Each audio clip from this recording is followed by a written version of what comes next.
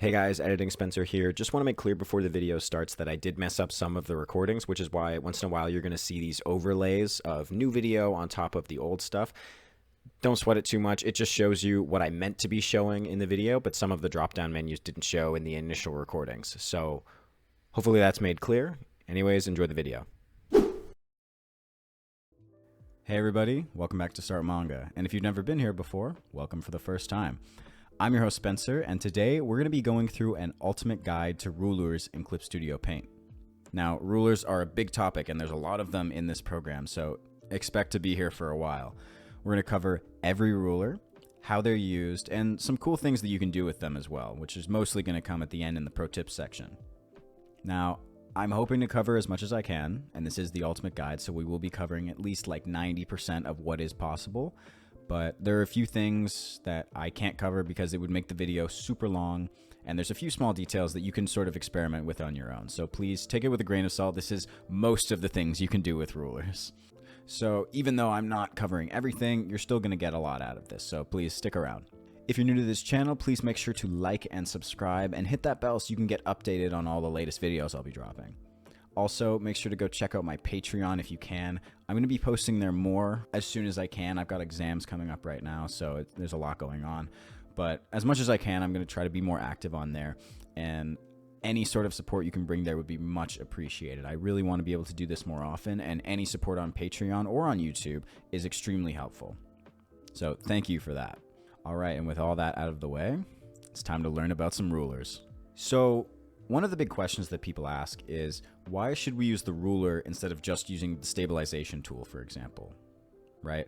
If I am drawing here and I'm using my stabilization tool on this pen, for example, right? I could set it all the way to 100 and I try to draw a straight line. We can see that despite me trying to draw a completely straight line, I'm trying to draw it horizontal right now. And I think I could do better, but my drawing tablet is in a weird position. I get a strange result of a little bit of wave, but still fairly straight, right? The difference that comes in here is if I want to create a perfectly straight line like I would in real life with a real ruler, I can emulate that by using these rulers. I have it on curve right now. Let me what I can do is draw perfectly straight. And you can see if I turn off that ruler so you don't see the purple, this is a perfectly straight line. It's not horizontal. I can make a horizontal line if we want another example, right? If we want a straight line like this, perfectly horizontal, I can draw over top of that and we get a good result, right? In comparison, you can tell that this line, very uniform and very straight compared to this one at the top, or even especially this one with all of its waves. So that's why we use the ruler tool. Another thing that people commonly ask is this cheating? Are we cheating the system by using these ruler tools? Because it's not that we just have the linear tool. We have so many curving rulers, figure rulers, special rulers, like all of these options, and perspective rulers even, that we don't have in real life. And my answer to that is no, it is not cheating by any means. And the reason I say that is because we have these tools at our disposal. It would kind of be a disservice to not use them. What I'm trying to say by saying that is that we have access to all of these incredible tools that we can use to make our artwork look cleaner and get certain effects that we couldn't get with normal real life tools, right? In real life, you're going to have a hard time getting something that emulates a symmetrical ruler like this, right? If I make a symmetrical ruler, you can't do things like this in real life. You can sort of do that, but you can't get this exact perfect effect the way that you would on a computer. And so in some ways, I can see why it would be considered cheating, because you can't do some of these things with real life art. But digital art is just as much a form of art as real life art. You can't do some of the things you can't do almost any of the things you do with painting with pencil, for example. They're just different tools, and so you get a different result. So no, it's not cheating to use any of these rulers. It's the same as if you were using rulers in real life. They're just tools. They're tools to make your art look a certain way, and there's nothing wrong with that. Now, on top of everything I've already said, I do have a disclaimer. I have version 1 of Clipstudiopaint. Let me just check the actual version here. I have version 1.13.2, which is the newest version of Clipstudiopaint for Clipstudiopaint 1. And the reason I'm saying that is because in Clipstudiopaint 2.0 or later, I believe, You have access to fisheye perspective with the perspective ruler. So because of the fact that I literally just don't have access, we're not going to cover fisheye perspective today. In the future, I'll make a video about it, but for now, we can't. So just wait out for that one if you're looking for that topic. And now to cover some basic icons that we want to see. Okay, now that we've really covered all our bases, let's get into how to use the rulers. First thing you need to know is what the object tool is. By pressing O or going up to this operation menu, you can select the object tool. And what this does is allows you to edit the rulers once they're already down. So for example, if I make a ruler here, let's just use a linear ruler again. I can't actually click on it while I'm using the ruler tool. So what I have to do is go to the object menu by pressing O again.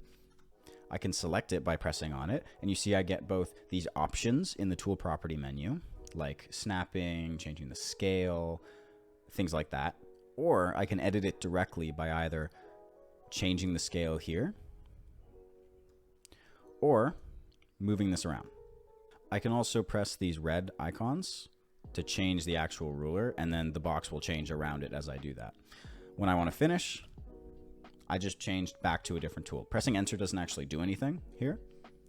So we can change back to the ruler tool, for example, and we're off the object tool menu. If we want to go directly to the ruler tab, say I was on the pen tab, for example, I can press U, and I just have to cycle through by pressing U a few times to get to the ruler tab. Now I'm on rulers, and I can use rulers. On top of those, we have a few common icons that you're going to see in a lot of rulers. I'm going to lay out this ruler here. And we're going to go to the object menu, press on this, and you can see we have two distinct symbols on this one. These are the two symbols I want to talk about for now. Keep in mind there are a lot of other symbols that we're going to look at. These are just the ones that I see the most, especially in things like the perspective ruler. These are the most important ones. The first one is this diamond-shaped icon right here. If I press on that, this ruler turns green, and the reason it turns green is because it's now off. If I was to try and draw on this ruler, nothing's going to happen. You can see I can draw, and nothing really attaches to the ruler. It's not snapping the way I want it to, right? If I go back to the object tool, select this again, press this icon again, it turns purple, and when it's purple, I can draw on it. You can see I get the shapes that I want to see. The next icon is this icon. This little circle icon right here. It's just a tool that allows us to toggle the ruler. Now, oftentimes this is specialized based on which ruler you're using. In this instance, it's not letting me extend any of these lines. It's just letting me change where these lines are placed. So I'm not changing where the actual thing is. As you can see, by the way, if you use the object tool, you can move the entire ruler around. But when I just press this, it's rotating. Specifically, it's rotating this line, but because this is a symmetrical ruler, it's rotating all of the lines. In the case of other rulers, you might see, for example, on the perspective ruler, that this doesn't do the exact same thing, where it just moves a line. But the idea is that this circle, this filled circle shape, specifically this blue filled circle, moves around the ruler in some sort of way. So you'll get used to how those work per ruler once I go through each one. And again, like I said, there are other icons. We're going to cover those later. Let's get started with the linear ruler first. So the linear ruler works the same as a real-life ruler would, the straight line ruler. So if I was to draw one end to the other, I just do it the same way I would want to if I had a real ruler that I was placing on this page. If I was to try to draw on this ruler, same as with a real-life ruler, I can't draw on it unless I'm right on top of where I want to draw. If I'm away from it, the lines will just work as normal. Sometimes if you're really close, but you're not actually on it, it will still connect, so keep that in mind. So how do we place down one of these rulers? All you have to do, and for me, I'm using a drawing tablet, but this is basically the same if you're using a mouse. Tap where you want to start, and then hold and drag to where you want to end. Simple as that, and you're going to draw your ruler. And you can make multiple of these. As you can see, they're not turning green, which means all of these rulers are active right now. And they're all on the same layer. So if I was to draw on this one, it's only going to draw on this ruler until I let go. I press down over here and I want to draw on this ruler. When I let go, I'm reset. I can go on this ruler, and we can go on this ruler, and they're all laid onto the same layer. Now let's cover a few of the basics that apply to a lot of these rulers. The first thing I want to look at is the visibility of these rulers. So right here, we can see that all of these rulers are very visible. But if I was to go to the layer above, we can see that they're not visible anymore. And the reason that is because of this drop-down menu right here. So if I go back to my ruler, press on this drop-down right here, it's near the opacity marker. I can see that I have a few options for visibility. What I like to turn on is just show in all layers, so I can see all of the rulers no matter what layer I'm on. And if I go to the above layer, you can see now I can see the rulers and I can draw on the rulers. There's also another one that allows you to see in the same folder. So if I create a folder and I put just this layer in, I can still see the rulers. If I was to move this down, I can again still see the rulers. But if I create a layer outside, now I can't see them.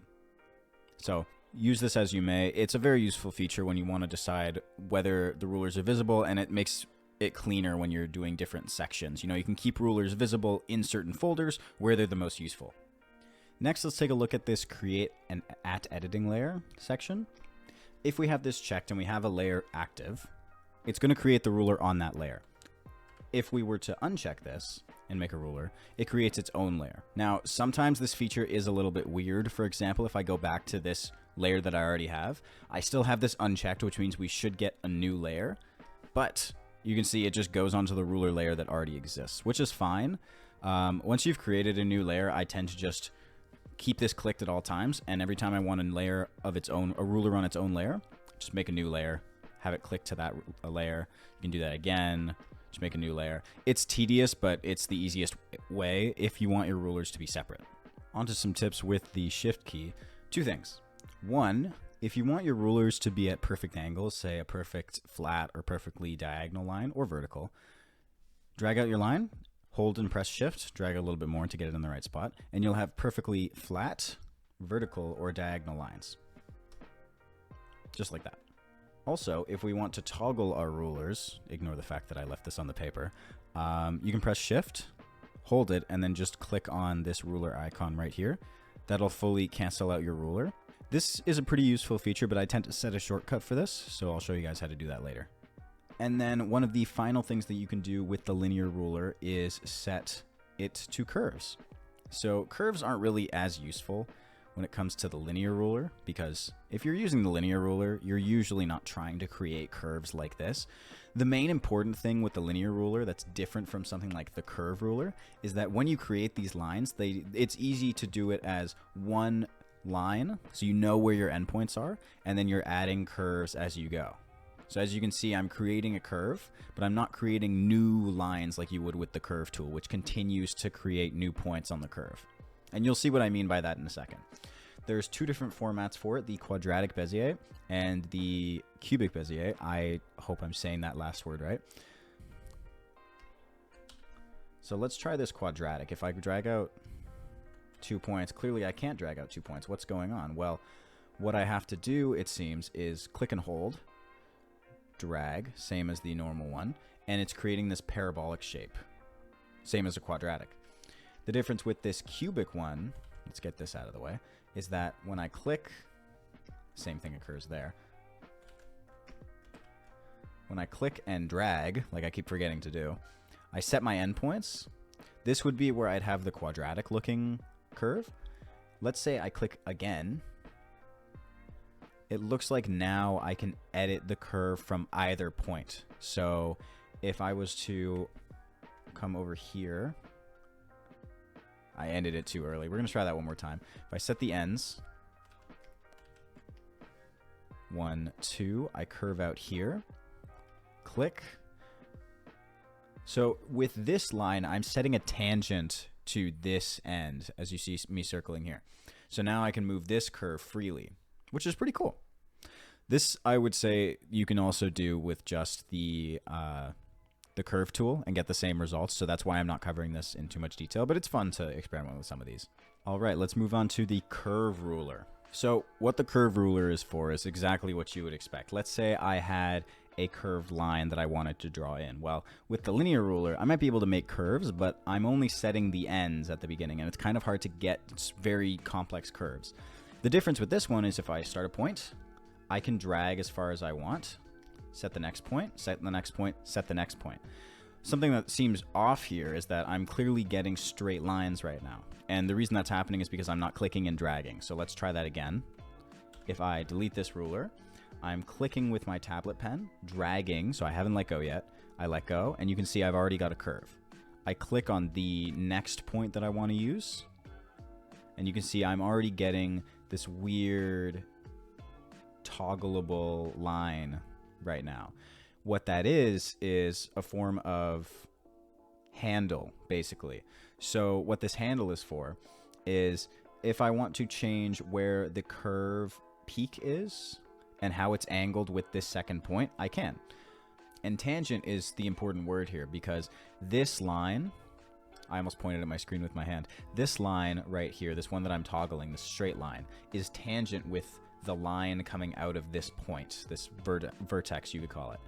And as I extend it, the curve gets further and further. As I get closer, the curve becomes straighter. So keep that in mind, and I can also rotate this around the point. If I let go, I can continue to move this curve around. As soon as I set my next point, the same process happens where I get this toggleable handle. Now, an important thing to note is if I haven't clicked, this whole section of line at the end here, starting from this point and heading towards my cursor, has not been placed yet. And the reason that's important is because if I am to click right now, I now have that point. If I go back one, which, by the way, if you want to go backwards, right click, takes you backwards in the steps. What ends up happening if I was to say press enter to end this line, I'm going to end up with an end point here. So I didn't actually get my final line put in, which is important. Always put in your last point before you end the ruler. Now let's look at a few special things we can do with this curve ruler. So let's get rid of this. We don't want this clogging up our view here. The first thing I want to look at is what happens when we use the shift key. So if I was to start my curve, and I've got this curve shape here, what happens if I use the shift key here?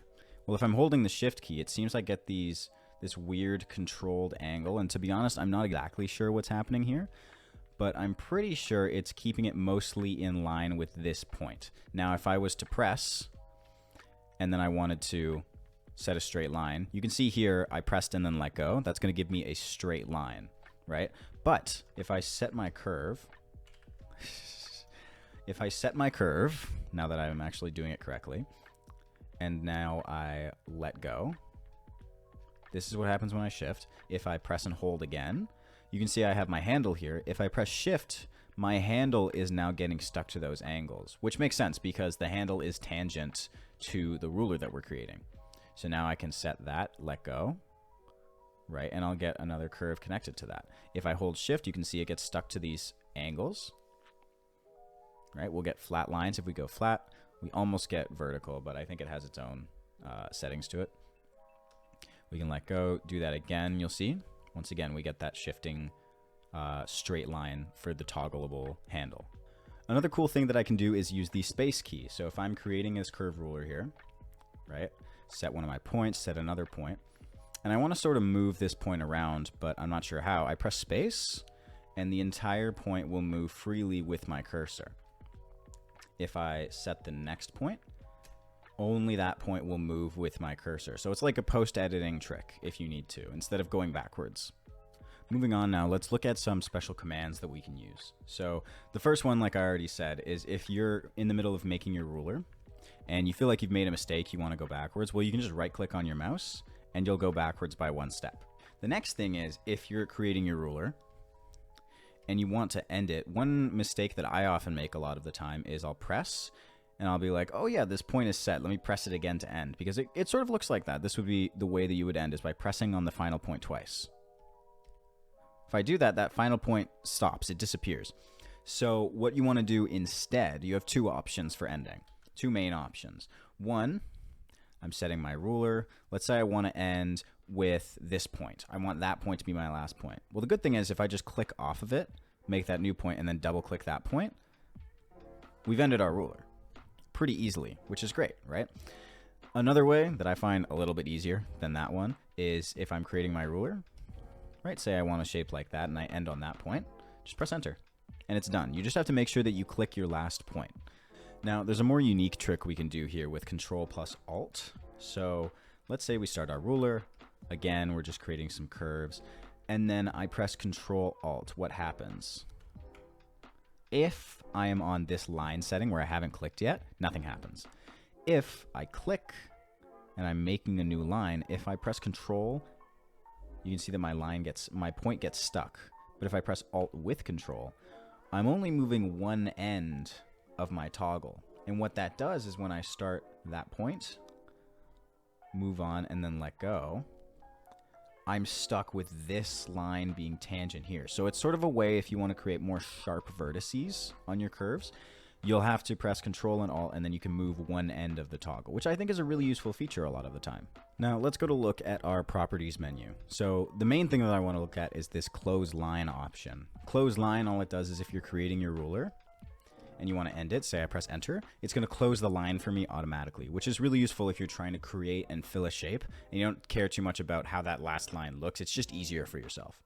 And the last main control I want to talk about is Control, just by itself. So if you're creating a curve here and you hold Control, you can drag around your mouse freely and then move either these points or these toggle lines. All right, now let's take a look at these different types of line tools. So curve tool number 1 is just a polyline tool. Straight lines, can't make any curves, simple as that. And the Control key still works. You can move around these points all you want. Now let's go back and next we can look at the spline tool. So this spline tool right here is special because it's not seen in the linear ruler format. What the spline tool does is it always creates a curve. So I'm not clicking and dragging here, but I'm always going to get a curve that maxes out at the point that I pressed on. You can see I can do this forever basically. Simple as that. It works like that. If I press and drag, doesn't make any difference. I have to click in order to get it down. It's the same as the polyline tool. It's just a curved version. Now let's look at the quadratic Bezier. Same as with that curve tool, we're getting this sort of triangular shape around our curve. And I find this is really useful for working in 3D spaces. As you can see with these sort of rectangular curve outlines coming about, if I change the orientation of how I'm making this line, I can almost make shapes in 3 dimensions, and it's really cool. And then the last one, if I get rid of this ruler, is the cubic version of that. So again, if I click and I drag, same as we've been using it this whole time, this is the main curve tool. What we get are these cool lines with our little toggleable button there so that we can change the orientation as much as we want. And there's a little more free form to this than the other curve tools, which is why it's the one that we mostly use. Now we're going to take a look at the figure ruler. So the figure ruler is really simple and really cool. All it is rulers in the shapes of shapes. I can create rectangles of some sort, I can create circles or ovals, and I can create polygons. Now, something is weird here that you guys can see, right? All of these shapes are very, very long for some reason. And the reason that is coming about is because of this aspect type dropdown. So if I open this by the plus sign, we can see that my width is way longer than my length. So let's set that down all the way to 1. And with this 1-to-1 ratio, what we're going to get is perfect squares, perfect circles, and perfect polygons. Now let's talk about these polygons for a second. What is going on with this polygon tool? Right now we're getting this hexagonal shape, but let's say I wanted something like an octagon. Well, all I have to do is press this drop down here, and I can get the number of corners to change. Press on that twice, now I have an octagon. All right, and you'll have to change the rotation of that. So if I was to drag this out but not actually click twice to get that ruler, what you see is I can rotate this as much as I want. So it was the angle that I was getting at. If I wanted to get a perfectly straight up version like this, I'm holding shift right now, and that's what's causing that to happen. This would work the same with the square and the circle. And you can see once I click, the ruler is done. Another cool feature we have in our properties menu here is the roundness of corners. So if I turn that on, you can see I have a roundness of 60 here, which I'm not sure exactly of the math here, but as you can see, if I was to turn this down really, really low, my corners get sharp again. So if you have a really high roundness of corners, you're going to get really round corners. If you go up to maximum, it's basically a circle.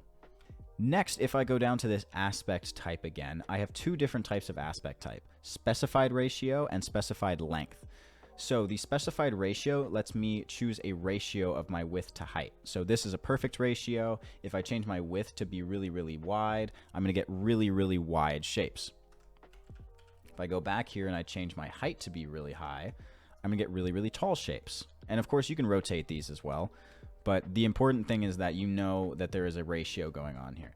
And if we change that to length, now we have an actual length measurement here. So we have a width of 100, a length of 100.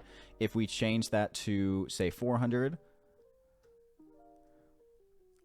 this tool is very weird. For some reason, it chooses the spot from where you sort of start and then doesn't let you move it around as much. Even if I press control or space or anything like that, it's not moving. So you'd have to move it afterwards, which is why I would recommend using the regular ratio, this specified ratio. Either way, though, you get the same effect. You have a longer shape. We're also going to see later on that this figure ruler is very useful in some of the other rulers, namely the perspective ruler, so keep that in mind. Next on our list, we have the ruler pen. Now, there's not a lot going on with the ruler pen. It works exactly how you would expect. We have a pen that is a ruler. So let's say I draw this line, and then I draw this line, and then I draw this line, and then I draw this line. All of these are automatically turning into rulers based on the line that I have drawn. And you can see they're automatically going onto this editing layer because I have it set to create at editing layer. You can see right now that my lines are fairly choppy. If I zoom in, they're not very clean or even or anything like that. The way to fix that, as you know with other brushes, is to use the stabilization tool. So let's say I turn that up to a nice, easy 100, because that's more fun. As you can see, same as with regular stabilization, I get a much smoother line. I may lose a bit of control over my lines sometimes because it is lagging behind my mouse, but you can see I get these really nice smooth lines, and it's easier to create smooth rulers with that. Now, we also have this post-correction option, so I want to do a little experiment here. Let's look at post-correction when I use the very minimal setting. We're going to make a ruler like this, a nice curve, and you can see it looks pretty much exactly as how I drew it. In fact, let's make this a little bit more obvious. You can see it's this arc shape. It didn't change at all. Now, if I use the post-correction tool, I try to draw about the same curve. We can see that we get this sort of change in the sharpness sometimes. You saw it right there as well. If I was to draw a curve, you can see it sort of sharpens itself out. And that can be useful in some instances, but I tend to have this post-correction very low when I'm actually using this ruler, just because if I have my stabilization high enough, I'm going to get the line that I want more accurately than the post-correction is. All right, for now, we're going to skip past special ruler and go to guide. Guide is really, really simple. All you have to do, drag in the either horizontal or vertical direction that you want, because I don't think there's a way to get it to go any other direction, and you now have a guideline in one of those directions. If I try to draw, I'm off the ruler, it's not doing anything. If I'm on the ruler, same as a regular linear ruler, except it's infinite. Simple as that. And once again, we're going to skip a little bit and go to symmetrical ruler. Now, the symmetrical ruler you saw earlier in the video, it's really cool, and here's why. I'm going to start at the minimum of 2 lines. And what it means by 2 lines is if I was to draw this, and let's make it perfectly vertical, right? Actually, you know what? It was creating its own layer. I should not have intervened there. We see now that we have a symmetrical ruler. If I am to take my pen tool and draw on this ruler, can you guess what happens? Exactly. We get symmetry. And so no matter what I draw on this side, it loops onto the other side, and I can also cross over this line, right? You get really cool effects when you do things like this. Say I was to draw an eye, right? Well, now I'm going to have 2 eyes. It's a really easy way to get perfect symmetry. Now, of course, one thing that artists will always tell you is that perfect symmetry looks really weird. So don't use this to draw faces as much as possible because it will not look good most of the time. But you can see I get like some level of decent effect. It's not, this isn't creepy at all. Let's go back and take a look at some of the things we can do with this ruler. So if I go back here, one of the main things I can do, the first thing that you'll notice, that you can change the number of lines. And what that means is we get an amount of symmetry. So when we start our ruler, we're starting on our center point. So this point that I just put down is our center point. And then I choose a direction that I want one of my lines to go in. Generally, good rule of thumb, press shift, go out sideways, and you'll get a decent effect. Or if you want it to look more vertical, have it go vertical. In some of these cases, especially with odd numbers, vertical is the way to go. But also horizontal can work just as well. It depends what type of effect you're going for. And then as you can see, if I draw in any one of these quadrants is a stretch, these are all sections, I should say, we're going to get that kaleidoscopy effect, right? Which is really, really cool. And if I wanted to draw, say, flowers, or I wanted to draw different characters in multiple sections, I can do that. All right, so I drew a face here. He's going to be looking rather disappointed. He's sad. He's a sad guy. That's kind of it for this ruler. You can change the snap angle, which, if I haven't covered yet in the video, is just what angle these lines will snap to when you hold the shift key. Now, this automatically angles towards vertical or horizontal. So right now, I'm not pressing the shift key at all. It's just sort of like guiding itself towards those points. But if I do hold shift, it's going to go towards the 45-degree line. If I change this to be, say, 82, which is a little more extreme, again, I'm going to get my vertical and horizontal lines. Actually, sorry, I'm mistaken. You're not going to get your vertical lines. You will get your horizontal, it seems, but no vertical lines in some of these cases. 45, you will get your vertical, probably 90 as well, but horizontal is the way to go if you want your ruler to be consistently going to a certain angle, no matter what you set your snap angle to. Good rule of thumb, set snap to 45. Okay, we're on to the big boys now. First, let's take a look at the special ruler. Now, what is so special about the special ruler? There's 7 of them.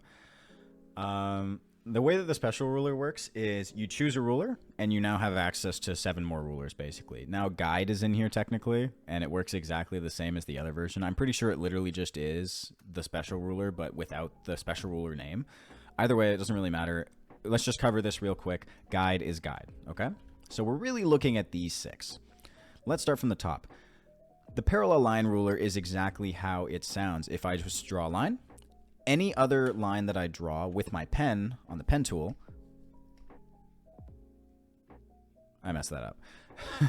I keep drawing rulers on the paper.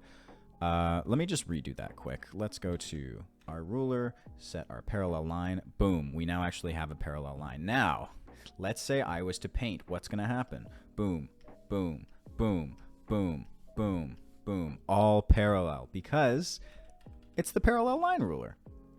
Simple as that. That's basically how it works. There's not really any curves to the parallel line tool. The reason curve is shown here is because some of these are curves. As you can see by the next tool, the parallel curve. Now we have our polyline, we have our spline tool, and we have our quadratic Bezier. Normally, I believe the curve tool is set to the spline, but we can also use the quadratic or this. Either way, it's just a form of parallel curve. And the way it works, if we get rid of this one, is say we're using our spline tool, same as we normally would. I want to end it right there, right? What's going to happen when I draw? Well, I'm going to get a parallel line. If I draw anywhere off, I'm again going to get a parallel line. The weird thing about this one, as you can see that's happening right here, is if you have a curve, the point kind of tends to get really sharp once you're further away, right? You can see if I draw a few more points in here, they sort of round out as they get closer and closer. I'm not sure what the point of that is other than maybe like a perspective tool, but yeah, that is how that works. And then same if we were to use the Bezier, I believe it would do the same thing. In fact, let's give that a try right now just to confirm. We use the Bezier tool. We're going to draw out a curve like this, make sure we have multiple, and then we set that to finish. And now I want to paint. Again, I get my curve.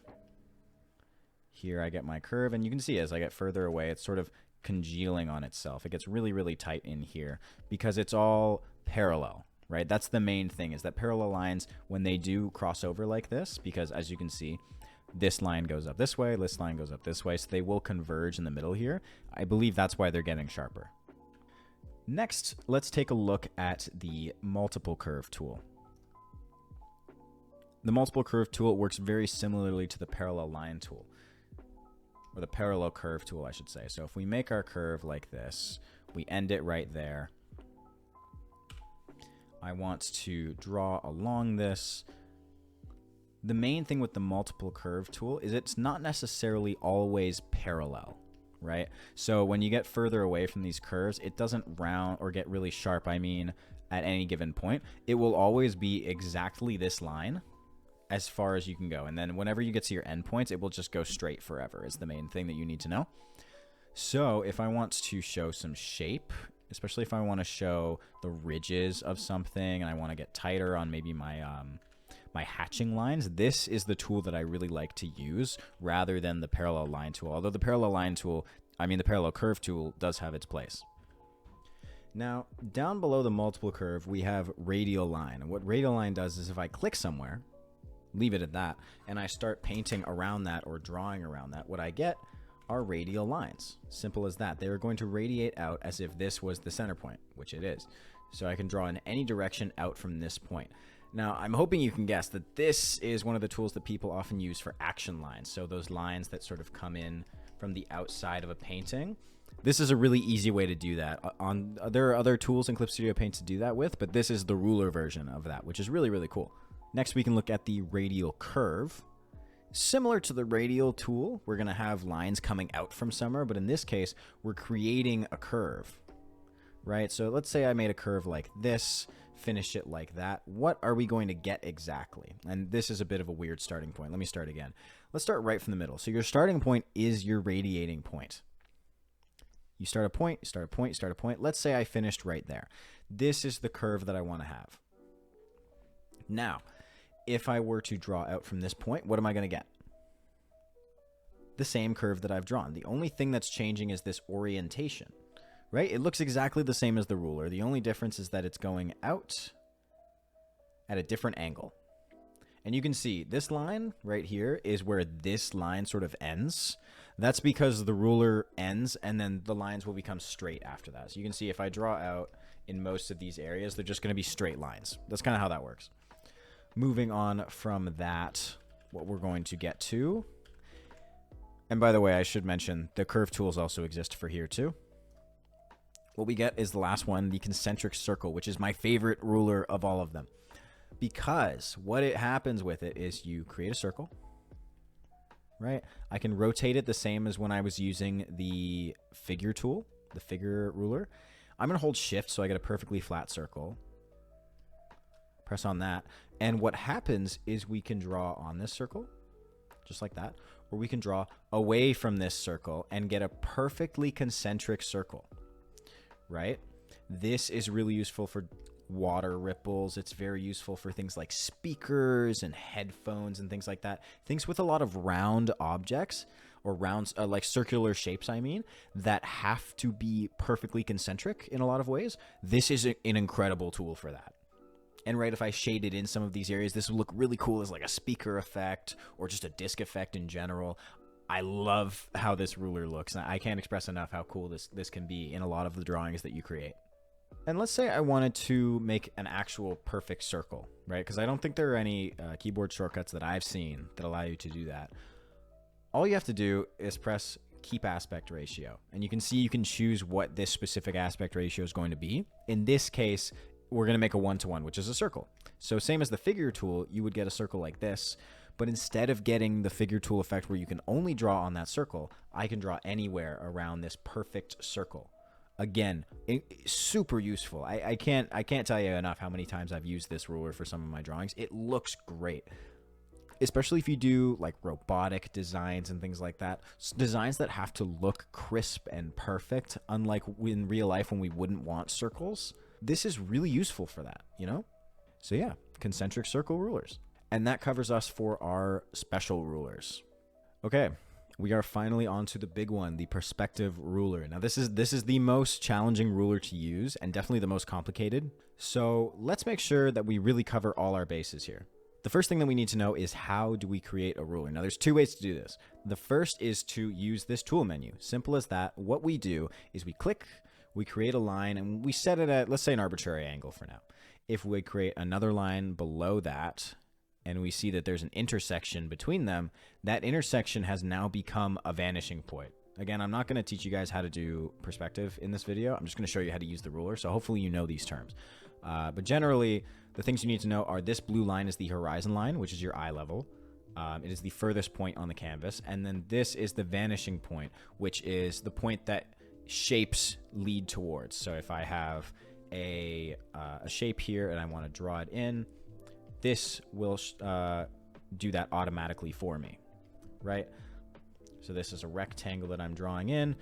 And in 1-point perspective, if the point was over here, this would make sense. Now let's get rid of all that. And we're going to look at the other way that we can create a ruler, which I think is a little bit easier to work with.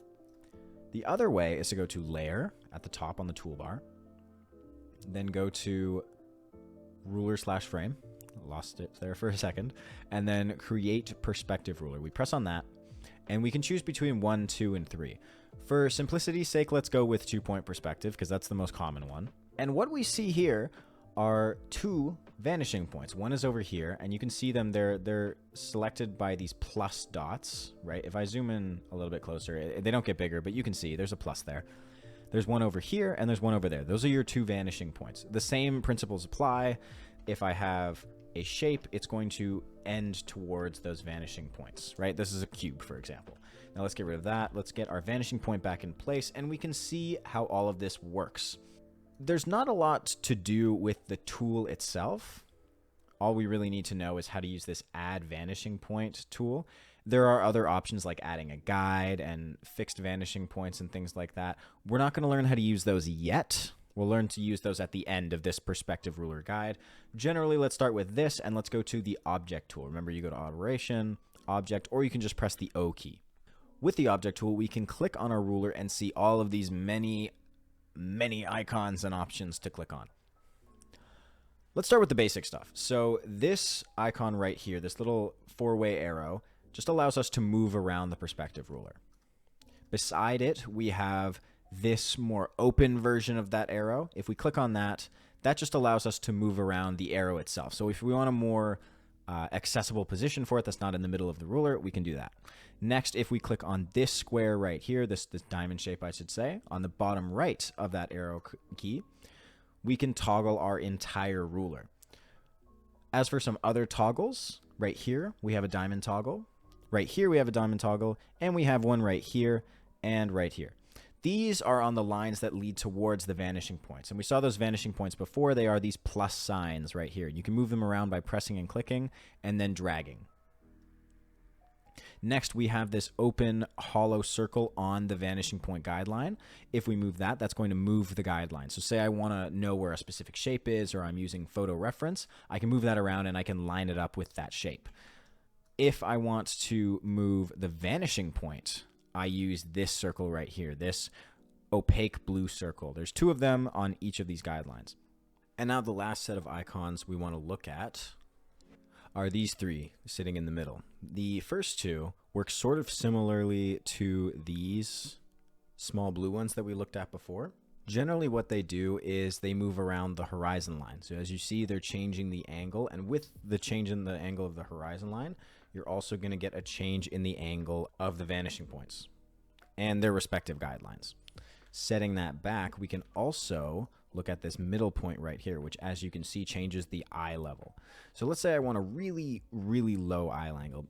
Maybe I'm looking eye level, I should say. Maybe I'm looking below a building of some sort. I can move this down and I'll have it really low. I can also move it back up if I want a really high eye level, which generally would coincide with looking down, almost a bird's eye perspective, but also looking into the distance. And you can see if we move this further, we would get more of that bird's eye perspective where the objects are down here and they vanish far into the horizon, which is way past what we can see at the top of our vision. So now that we have this back in its original position, let's look at some of these drop-down menu items. The first one is Add Vanishing Point, which is very simple. It's what we've been using recently when I showed you how to use the tool to create a ruler. You draw a line, you draw another line, they'll intersect at the horizon line or above or below, depending on if you're doing 3-point and things like that, and you'll get a vanishing point. The delete vanishing point line works exactly the opposite way.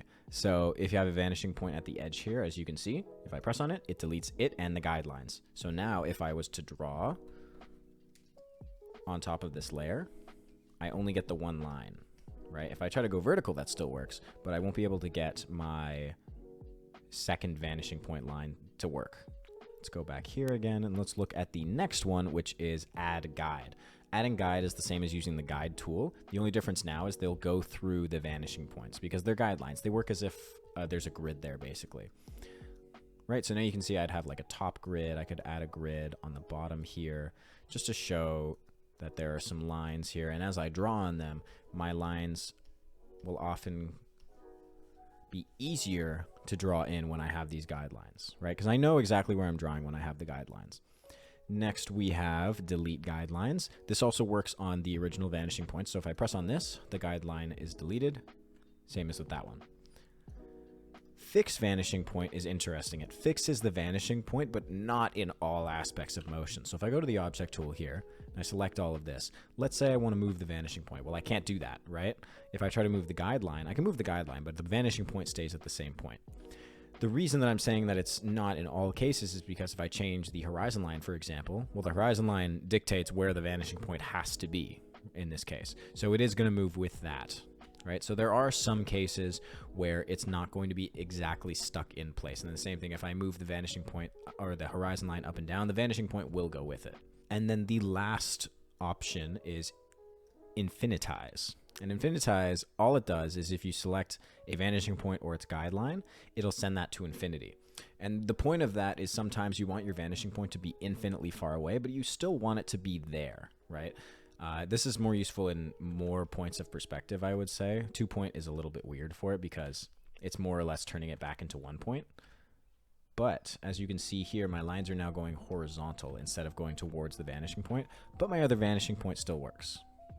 One thing that is particularly interesting when it comes to the perspective ruler is the things you can do with it in the object tool, specifically grids. What we see when we add in a grid is one of the planes towards a vanishing point will get a grid as we select one of these three. So this is the XY plane. If we deselect that and turn this one on, this, if it shows me, is the YZ plane in the middle. And then this one should be the XZ plane, which is the ground plane, right? I'm not into 3D modeling or anything like that, so I don't remember these names very easily, but you can just select which one you want and go through the options to figure out which is the one that you're looking for. If you want to increase the spacing in the grid between each square, you just increase this grid size number and you can decrease it to get more options. And the cool thing with grids is if I were to draw now on this perspective ruler, and keep in mind the perspective ruler is still on, my points will snap to the grid, which is really, really cool. I mean my lines, by the way. This can make it hard to draw towards the other vanishing point sometimes. All you have to do is turn on the other grid and you'll have both options at that point. And the reason it's easy is because they're color-coded as well. So if I was to select this, turn on the YZ grid. Yep, the YZ grid, just making sure of the name. I can turn that on, and it's a little bit confusing with this, but I can still see the green and the orange, and I have an idea of what I'm looking at, right?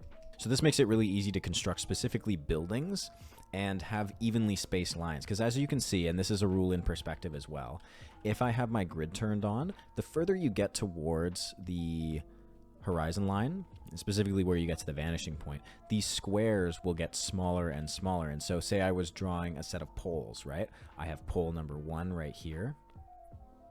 And it's going to be as long as these squares because they don't let you not click on the squares.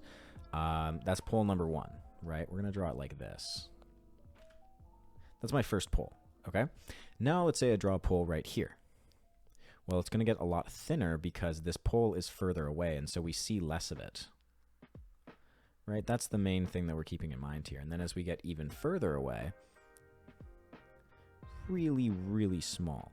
And the one thing that I really want to point out here is that all of these poles in real life would be exactly the same size. And the reason I know that is because the grid measurements are exactly the same for every single one that I've done here. Right? More or less. They stop at this line at the top, they stop at this purple line at the bottom, and they continue like that. So I know that this is technically the correct spacing for these poles. And so, like I said, it really helps with measurement. This one is incorrect. It should be here. There we go. That's why that one looked kind of weird. Same with this one. It's a little bit too high. So, as you can see, I'm creating perfectly structured poles.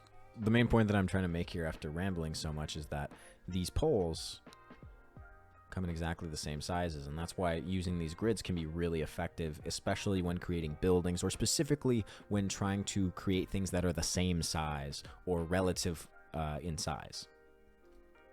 Now, there's a lot that you can do with these perspective rulers. You can add a ton of perspective lines.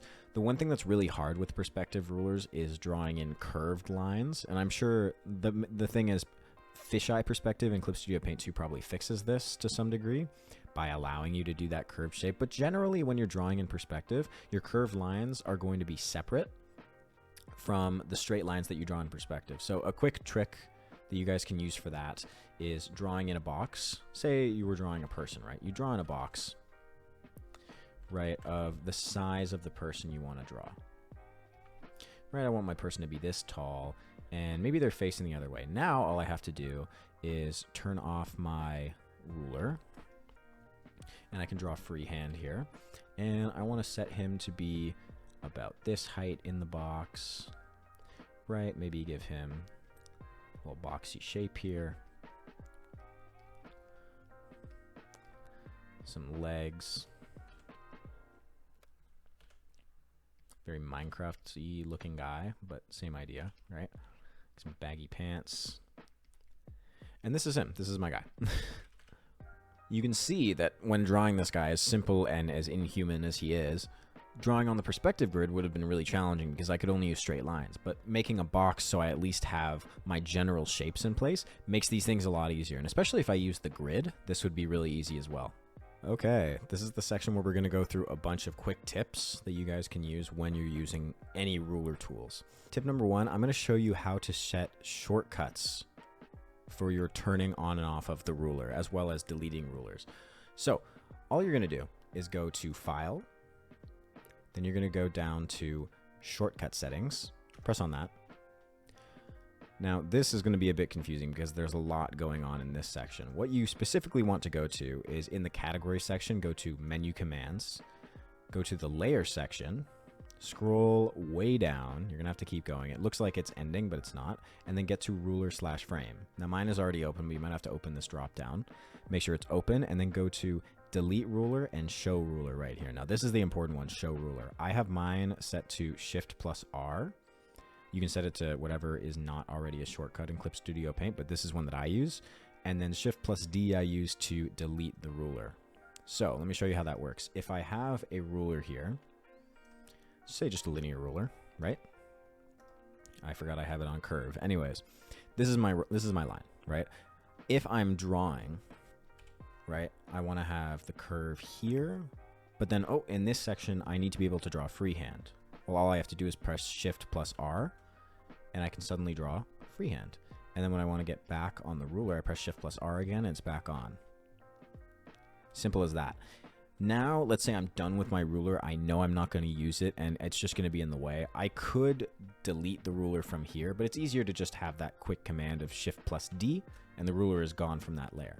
This is a bit destructive, so if you need to keep the ruler, but it helps get it out of the way and cleans up your space. Next, we're going to be looking at the scale tool for rulers. So let's again create a ruler, and this time I'm going to set it to the linear form of the ruler. Let's set it to this length, right? This is our linear ruler. It's the same as a real life linear ruler. And what I want to do is look at this scale option, right? So the main thing we see with the scale is number of divisions down here, which we don't really have to worry about right now. And then this section with all of these different measurements.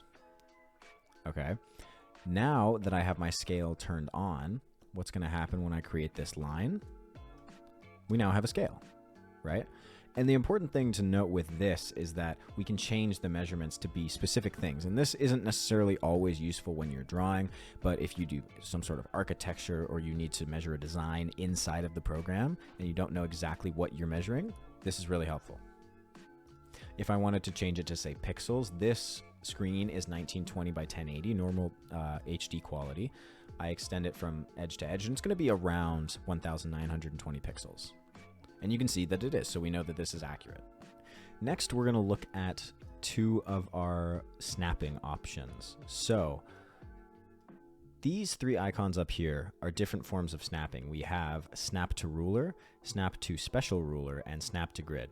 Let's focus on these two just to start. So if we turn off our snap to ruler, our snap to grid, and snap to special ruler, what we're going to see is that this ruler down here, the special ruler, will not work. This also applies to guides, the perspective ruler, and symmetrical rulers. The basic rulers, which are anything that falls under this category of snap to ruler, would be encompassed by linear rulers, curved rulers, and figure rulers. So let's give that theory a test. If I tried to draw on this ruler, it works. If I try to draw with this ruler, nothing's happening. And we know, especially with multi-curve, we should be getting effects out here too, right? So we know that this is not working right now. If we go backwards and we reset this, now let's turn on our special ruler, turn off our snap to ruler. This one will stop working, as you can see, and we are stuck to our special ruler, right? We see we're getting that curved effect there. And let's say now that we have a perspective ruler. If we turn on our snap to special ruler, this should still work, right? We're going to get snapping to this ruler specifically. If we turn this off, the perspective ruler stops working, right? If we turn on grid, nothing is happening yet. But if we go to the object tool, select our ruler, turn on one of our grids, if we draw, we should still snap to grid, right? We aren't snapping to our ruler anymore. As you can see, if I try to draw this way, nothing's happening, right? I literally cannot draw off of this grid right now. Or I can, actually, as you can see. If you get lucky and you get in the middle of those spaces, you can. But it's really, really hard to. If I get rid of all of that, let's turn on our special again, and now this should work. We see that we're going towards this point now. If we turn off our snap to grid, the grid will stop working. We still have our vanishing point working, right? But our grid is not working. And you remember when we were looking at the grids, we would always snap to these lines directly. Well, now I can go in between them. So we know that the grid is not working. Quick tip now. Let's say I have a ruler on this layer, right? And I want to transfer it onto this layer. Well, all I have to do is click on this ruler icon on the layer, drag it up, and as you can see, the ruler actually changed the layer that it is on. These layers didn't switch places, as you can see by the name. The one on top is layer 1. If I move the ruler, layer 3 now has the ruler back. In a lot of situations, there are rulers that you want to perfectly fill in. Now, I know that a lot of the cases that we look at, we want to fill in with our pen, but let's say you have a ruler, it's a specific shape, and you want to fill it in with uniform lines. There's a very easy way that you can do that. What we're going to do is we're going to go to Layer, Ruler/Frame, and press the Draw Along Ruler button. If we press that, it gives us this option menu here. We can choose the width of the line, and we can choose some anti-aliasing to smooth out that line. Let's say we just stick with what we have as our default settings. What's going to happen? It fills in the line for us. Now, this would be much more useful on an actual drawing, but if you have something that's drawn with, say, the ruler pen, or you've drawn something with the curve tool and you want it to be very, very perfect, especially if it's something like a logo or things like that, this is a really easy way to fill in that entire line, right? And it allows you to use the ruler tools like the concentric circle and things like that you don't really have access to with any other tool, and create really cool shapes and fill them in with these uniform lines. Something really interesting we can do with the symmetry ruler is actually fill in something in every single section. What we do is we go to the fill tool, right? And all we have to do is go into our properties menu, and we just have to turn on snap to symmetry ruler, which I already have turned on. I'm going to close this. And if I was to fill in this person, let's say I wanted to give them a skin tone, right? Something like this. If I fill them in, it's going to fill in directly into every single one. If I give them some hair color, and I know this is going over the lines, but this is just to get the point across, right? We get some filling in there. We can get it on there. We can fill in their ears and things like that. And we see that it's filling in the entire shape. So if you draw multiple shapes and you want to fill in every single section, you can do that. Just turn on this setting. There's a cool thing that I found recently with the materials that you can actually do to create rulers in perspective. Let's say I'm in this bottom section, the primitive materials, right? And I take the cube, for example. I drag it onto my screen. I want to use that as my model here. I can orient it, move it around a little bit. Let's see. I am not great with these 3D materials. Let's get it back here. Is it this one? Is it this one? No. Is it this one? We're going to experiment. Here we go. And let's keep it like that. This is an interesting shape, right? Maybe scale it down a bit if I can figure out how. And now we've got our shape set where we want it to be. So let's close up all this so we have some extra space. What we're going to do now is pretty simple. You already know how to do this. We see that the cube already has a ruler icon, and we're just going to press Shift and then click that ruler icon. And that allows us to use the ruler. Now you do have to click it again afterwards to get the ruler to actually show, but this gives us a full grid. and it lines up with this shape. So if I were to draw this in space, this is exactly how it would pretty much look, though sometimes the vanishing points are not exactly where you might want them to be. So you can just take the object tool, move them around so you get the right idea of like, oh, this is where I want my horizon line to be. Right, this also moves the cube in certain ways. But generally, the program knows where you should have it if you want your cube to be in that space. And then if I was to, say, try to draw over top, if I was trying to draw on top, we can use that ruler to our advantage to get the types of shapes that we want. Let's say we want to create a sword swing or a bat swinging effect. So in this example here, I've sort of drawn out a rough draft of how I might want a bat swing to look, right? So I have my character drawn out. I think that's okay for now. We're just going to keep it very rough. But specifically, I'm looking at this line right here that I've drawn in. And this is not perfect, but this is just to show you that there is direction to this bat swing that we're trying to emulate in our swinging action line. So let's use some rulers to do that. I like to use the multiple curve, although there are lots of options of different curves that you can use, just because I find it the easiest to fill in this shape with. So we're going to do it really simple today. You can use the quadratic Bezier, and I find that that is easier to edit, but I think the spline tool is more beginner friendly, so we're going to start with that. We start with whatever point we want, and then when we want to curve the line a little bit, go to the other end, and then start making your new line sort of line up with the rest of the part that you want to go through. So we've drawn a point here because we're seeing that there's a big gap coming between these 2 points. We sort of drag the ruler out as much as we can, and so we still get that nice smooth transition from point to point, right? And the good thing with spline is it automatically will curve, right? So if I do something like this, the problem here is that I'm not able to curve out as far as I want. So let's say I go back and I sort of, we're going to work with what we got. Next, I'm going to create some lines. Specifically on this other end here, I just want to draw in a quick line so I know that I've got this one in, right? Maybe a little thicker as it comes from here. And yeah, I think that does a pretty good job. Now what I want to do is we're going to take this ruler and we're going to copy and paste it. Now I'm going to take my second ruler here, switch to my object tool, select it, and move it across. Right, and now all I'm going to do is sort of edit the ruler down to the new points that I want, because I find it's just easier to start with the starting ruler so I'm not messing with things too much. Right, and honestly, for the effect that I'm trying to go for, I think this is pretty much fine. You know, it gets the point across that we're getting some motion here. Maybe we just delete this point, or maybe instead of deleting it, we can just move it in a little bit. It all depends, because remember, this endpoint is also affecting where this entire curve is. So we want to make sure that we have it in there, but we don't necessarily have to make it super far away. I think this is fine. We're going to have a bit of a weird curved shape, but that's okay. It all depends on how you edit it down. So now that we have this new ruler in this new layer, let's start drawing in some lines. And with this side specifically, I like to really add in some third dimensionality to it. Maybe add in a bit of curvature down here.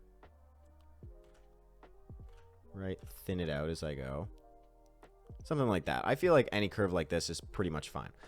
And now we need the second part of the effect, which are straight lines that come off of the bat like this. And the problem that we're going to have here, as you can see, is that as I go across using this single ruler here, my lines are going to start to look weirder and weirder in comparison to the current swing that I have on the other side.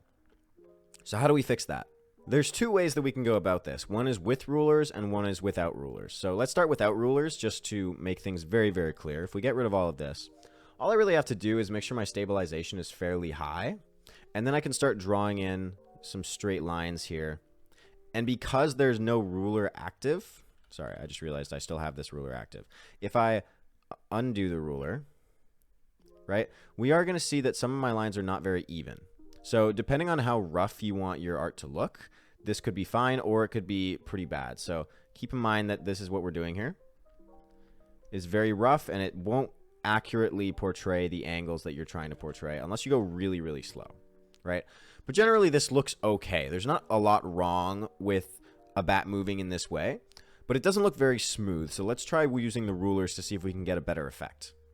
So let's head over to our rulers here. We're going to try using the parallel ruler because I find the parallel ruler is easier to work with. Now, because these lines are so small, we don't really need to use the parallel curve tool, but that could also work depending on what exactly you're trying to do. So let's try with the parallel line tool. I'm just going to set it to be fairly equal to this first line here. And then all we're going to do is start drawing in some basic lines. And we can see, yeah, we did pretty good with that. Right, so I want to add in some line here. And then maybe once I get like here-ish, I want to rotate my parallel ruler tool. So let's rotate that a little bit. Go back to our P tool, our pen, I should say. Right, we're getting a little further along, so let's rotate it again. Right, don't go too extreme with the rotation. And you can see even here, I might have gone a little too far. Right? So if that's the case and I've gone a little too far with my edits, all I have to do is go back to an angle that I think shows more accurately where I want my pen to be by the end, right? So if I compare here, we can see even there is not really flat enough. So I might have gone even too far, right? I could probably go across almost entirely with the first set of ruler, right? So I might actually have to make this a little bit less steep, I should say. So let's try with the object tool now. We're going to rotate this a little bit more. Right, maybe zoom out just so we get a better effect here. Right. And we can see that more easily merges with the two various lines because its slope is closer, right? And then with these lines specifically, I think we can erase them at this end here on this layer. Just because they're not really getting the effect that I want. And the good thing with these lines, you can just erase them. If you end up making a mistake, just erase. Right? And let's say I want to go back and I want to add in some lines on the top here. Well, I can do that pretty easily. All I got to do is start drawing in. Right? Generally, the lines on the front are going to be a bit shorter on average, but it really doesn't matter. And for this one, I'm not bothering to change the angle just because you guys already got the idea with that. Maybe I'm adding in some longer lines here to show the effect of motion. Right, on the bottom here, I really want to add to this curve shape. So I might actually create a new curve ruler in some cases in order to get the effect. But it really doesn't matter too much. Right, let's line this up again. Got that. Let's add in our P tool. Then we're going to go like this. Right, so we've really got that bat moving now. And we've got our swooshing line over here, which I think looks pretty good. If we really want to sell the effect and make sure we know that he's underneath it, we can always just erase him right between these lines. And then boom, we've got the swoosh going straight in front of him. If we had a baseball, we would be able to see that it's going real fast, right? Up here, for example, we create a new layer. We could say the baseball is out of the park. It's going whoosh. Straight off of his bat. Another quick and easy effect that we can create along the lines of action lines is using the radial tool, the radial ruler, in order to get our surrounding action lines. So what I mean by that is if we go to our radial curve or our radial line, let's start with the radial line actually because it's simpler. If we start with our radial line, we can get one of those really simple action anime effects like in a lot of shonen where the lines sort of come in from the edge. Now, Clipstudiopaint has tools for this, so you don't necessarily need this one. But if you want to customize it and make it your own, this is the way to do it. You use these rulers. And this is especially good if you want just a quick one-point perspective and you don't want to use the perspective ruler. This also works as a vanishing point. The only difference with this tool is you can only go towards the vanishing point, which is not great for perspective. But either way, as you can see, if I just erase some of this out, we get a decent action line effect, right? In normal circumstances, you would want to use a pen that starts thick and gets thinner like that. But I have my sensitivity fairly low, so it's hard to get that. But generally, this is pretty good. So Editing Spencer here. If you're wondering why my voice changed, it's because I'm using a different microphone because I forgot to record a section. What I forgot to record was I was going to show you guys how to use figures on the perspective ruler. So like different shapes and things like that. So let's go create a perspective ruler quickly just so we can see it. So go to our ruler/frame, create perspective ruler, and I'm just going to stick with 2-point because it's a lot easier. First, let's look at how we can use certain shapes in the perspective ruler. So if I was to lay down a rectangle, you can see that it automatically gets snapped to the ruler, which for creating buildings and creating large structures in general, really, really handy. And this works if I have it filled in, for example. So if I get rid of this tool, if I want to have it filled in, it will automatically fill in that shape as well. So it works the same as the regular tool would. One thing that is a little bit challenging is it doesn't often snap to the lines as easily. But we can change that by using our grids. So let's go to the object tool. We're going to select our ruler, and now we have access to the grids. So I want to turn on the ground plane for now. And yeah, let's turn on one of these planes as well. So if I want to stick it to the ground plane, you'll see that's these blue lines if I zoom in right here. Let's try to get it on this ground plane right here. It is a little bit challenging with this other one showing up. Let's start with a wall. Right, so if I start up a wall right here, we can see that it fills in the shape, attaching it to these various lines. Now let's go and turn off the ground plane. So I want to select my ruler, turn off the wall plane. Sorry, let's keep the ground plane on. We'll go back to our shapes, and I want to try to fill in some shapes on this plane. There we go. It seems like it's a bit more challenging sometimes to get it to go onto the ground plane, just because sometimes when you pull it in certain directions, the computer doesn't actually know which plane you're talking about because there's so much going on with a perspective ruler. But generally, it's pretty good at figuring out where exactly you want it to attach to, right? If I want to get a big line over here, I can get that. But yeah, sorry for missing that tip, guys. Anyways, let's continue with the other ones. And for our final tip, let's say we're looking at a manga panel here, and we want to create a ruler inside of that panel that only exists inside of that panel. The good thing with manga panels in Clipstudiopaint is that they will automatically correct to clipping masks as you draw in them. So if you create a layer inside of this panel, it's only going to draw inside of this panel, right? So if I wanted to create a ruler, it's actually really easy, okay? With most of these rulers, say I create a linear ruler, and I make sure that I have create at editing layer turned on, it's going to turn on inside of this layer that I've already created. And so I can draw on that, and it works perfectly fine. If I make that line, that ruler line, a little bit further out, so it goes through the layer like this, the ruler might exist outside of this panel here. But if I were to draw on it, it doesn't go past the ends of the panel, which is really, really useful, right? You don't want to have lines creasing over your edges.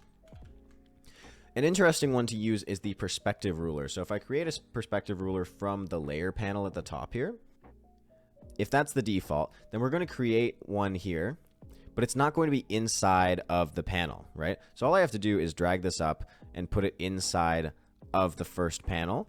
And now if I were to draw on this perspective ruler, it's not going to go outside of the lines, which is really, really useful. So if I was drawing a set of train tracks, for example, and I want it to go all the way to the horizon, I know for a fact that it's not going to go outside.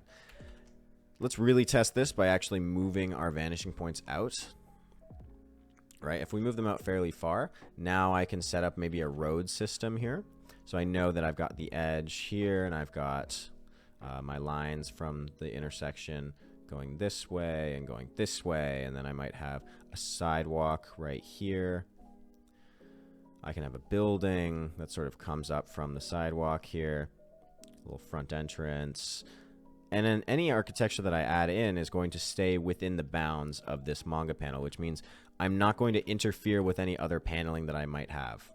So yeah, creating in manga panels is actually really easy for these rulers, which is great. And that just about does it for the video. If you guys like this video, please make sure to hit those like and subscribe buttons and comment down below what topics you want to see me cover in the future. I really appreciate you guys sticking around for the whole video. It's just really meaningful to me that people are willing to go through all of my content, especially when I make these long videos like this. So thank you so much if you've made it to the end here, and I hope to see you guys again. This has been Spencer from Startmanga, and I'll see you later.